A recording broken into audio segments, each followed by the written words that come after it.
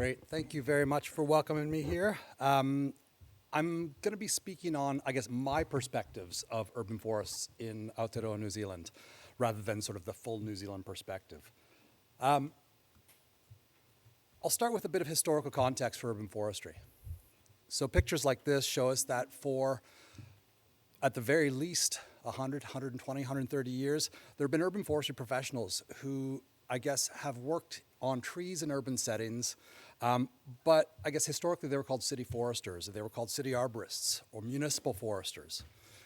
The term urban forestry is not one that came along until many years later.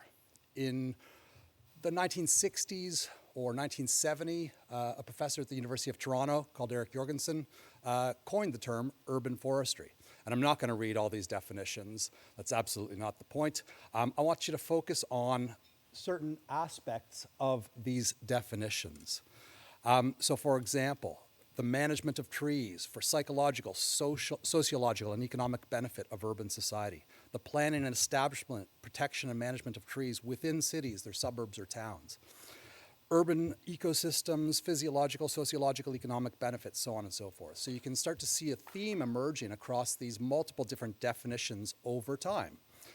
And that's in that North American perspective. It sort of came out of Canada, and then the US, I guess, developed it further.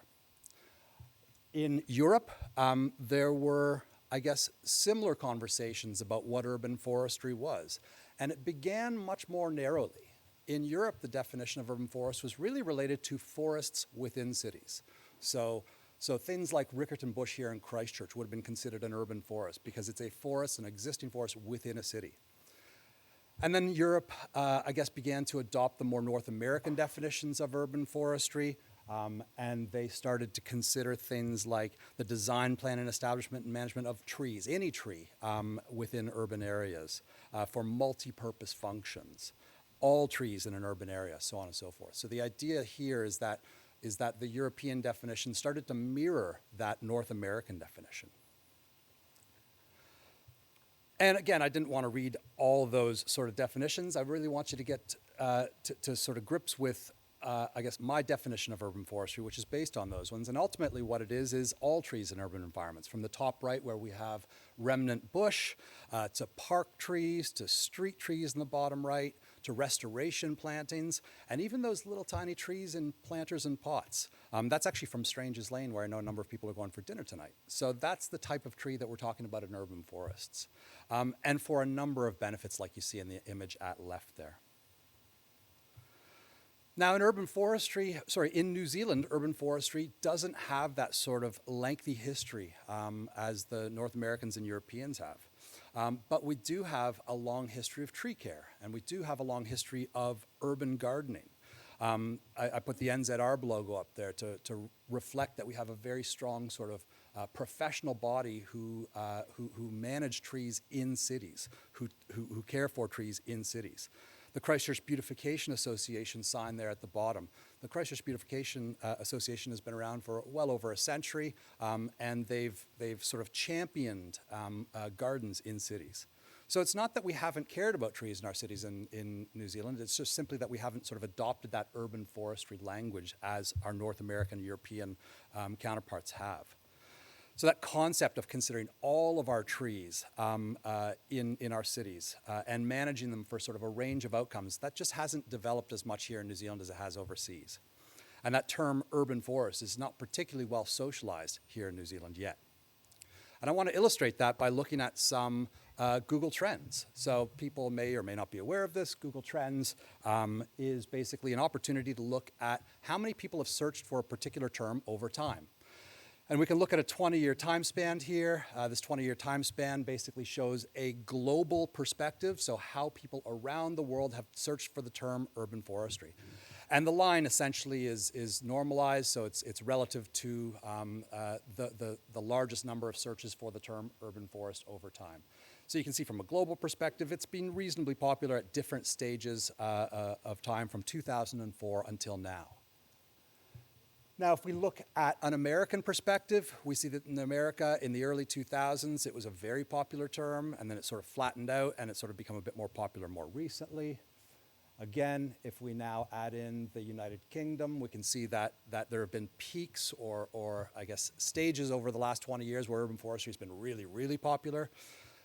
If we now add in Australia, Kelly, you're representing a country where urban forestry seems to be extremely popular, that term, urban forestry. So this is, those public searches of Google.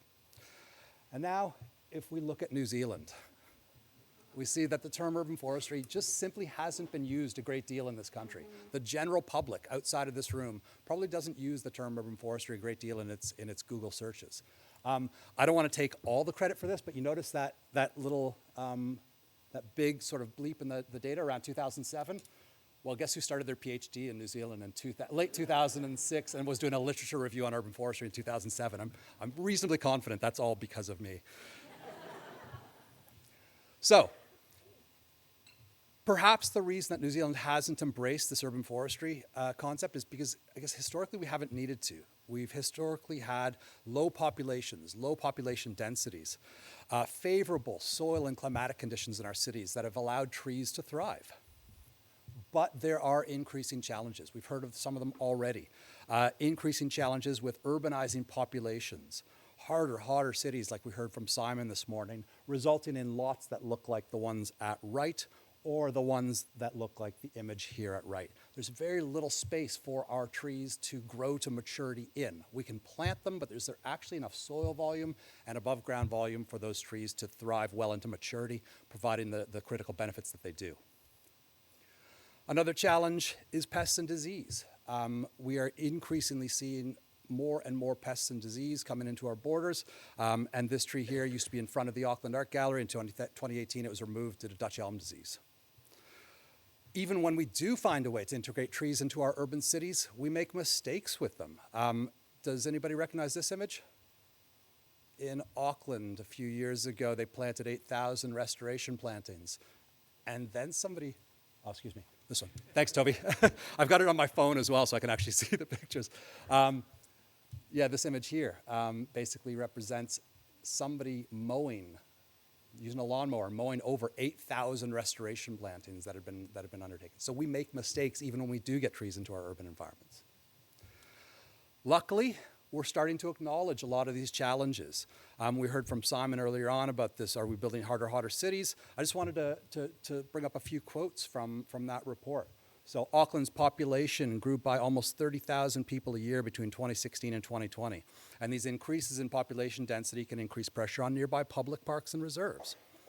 75% of the residential titles created in Greater Wellington since 2016 are within the pre-existing urban footprint. This has obvious implications for the amount of open space. Ongoing urban intensification comes with the risks for the amount and functionality of urban green space. He talks about soil volumes. He talks about the decreases in urban canopy, urban green space amounts. So we're beginning to recognize these challenges.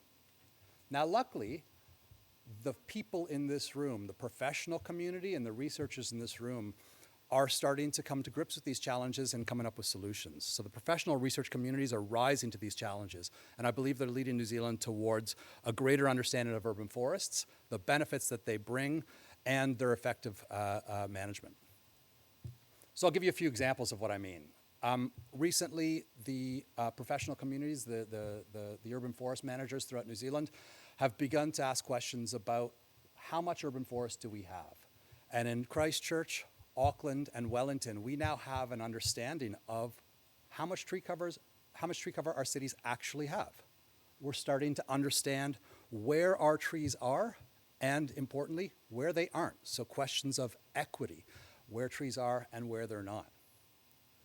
We know about species, we know about condition, we know about age and size class distributions. This is all data that Simon was referring to this morning that we didn't have 5 years ago or 10 years ago, but the professional community is really focusing on better understanding that.